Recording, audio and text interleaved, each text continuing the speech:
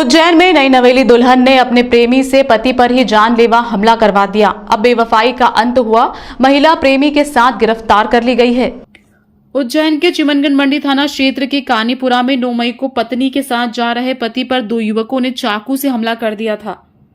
इस मामले में पत्नी द्वारा थाने पर आकर रिपोर्ट दर्ज कराई गई थी। पुलिस ने पूरे मामले की जांच की तो चौंकाने वाला राज खुला।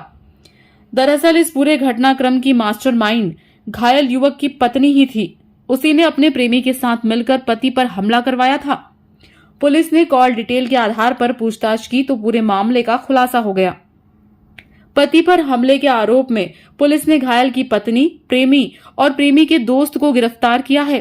पुलिस जानकारी के अनुसार शादी के कुछ दिन बाद ही पत्नी ने अपने प्रेमी के साथ मिलकर पति पर जानलेवा हमला करवा दिया। उज्जैन में गंगानगर में रहने वाली निकिता का प्रेम प्रसंग पिछले 5 सालों से विष्णु कॉलोनी निवासी पवन के साथ चल रहा था और दोनों एक दूसरे से शादी करना चाहते थे, लेकिन निकिता के परिवार को दोनों का रिश्ता मंजूर नहीं था। परिवार ने निकिता की शादी योगेश के साथ कर दी। शादी के बाद निकिता अपने प्रेमी पवन के संपर्क में थी। शादी के कुछ दिन बाद ही दोनों प्रेमी प्रेमिका ने पति को रास्ते से हटाने का मन बना लिया और षड्यंत्र रचा।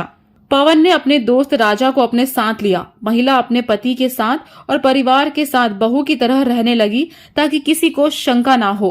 कुछ दिन बीत जाने के बाद पति योगेश जब पत्नी को अपने साथ ले जाने के लिए ससुराल आया तो पत्नी निकिता ने प्रेमी को मोबाइल कर रास्ते में पति योगेश पर हमला करने का इशारा कर दिया। 9 मई को प्रेमी पवन ने अपने दोस्त राजा के साथ मिलकर चिमनगंज मंडी थाना क्षेत्र के रास्ते में योगेश के गले और पेट में चाकू मार दिए, जिससे वह गंभीर रूप से घायल हो गया। घटना के बाद दोनों फरार हो गए। निकिता ही पति योगेश को घायल अवस्था में इलाज के लिए अस्पताल लेकर पहुंची थी। चिमनगंज थाना क्षेत्र के कानीपुरा के समीप पत्नी के साथ जा रहे पति योगेश पर हुए हमले की रिपोर्ट करने भी पत्नी स्वयं थाने पहुंची। पुलिस ने इस मामले को गंभीरता से लिया और जांच शुरू की। जांच में पुलिस को योगेश की पत्नी के बयानों पर शुरू से ही शंका हो गई थी। यही कारण रहा कि पुलिस ने निकिता की मोबाइल कॉल डिटेल निकलवाई तो उसमें पवन के साथ घर से निकलने और उसके पहले की कॉल डिटेल मिली।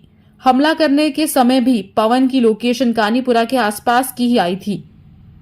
पुलिस ने पवन को हिरासत में लिया तो पूरे मामले का खुलासा हो गया। पुलिस ने इस मामले में महिला निकिता, प्रेमी पवन और एक अन्य सहयोगी राजा को गिरफ्तार कर 1 चाकू, 3 मोबाइल, 1 ब्लेड और घटनाक्रम में प्रयुक्त मोटरसाइकिल बरामद की है।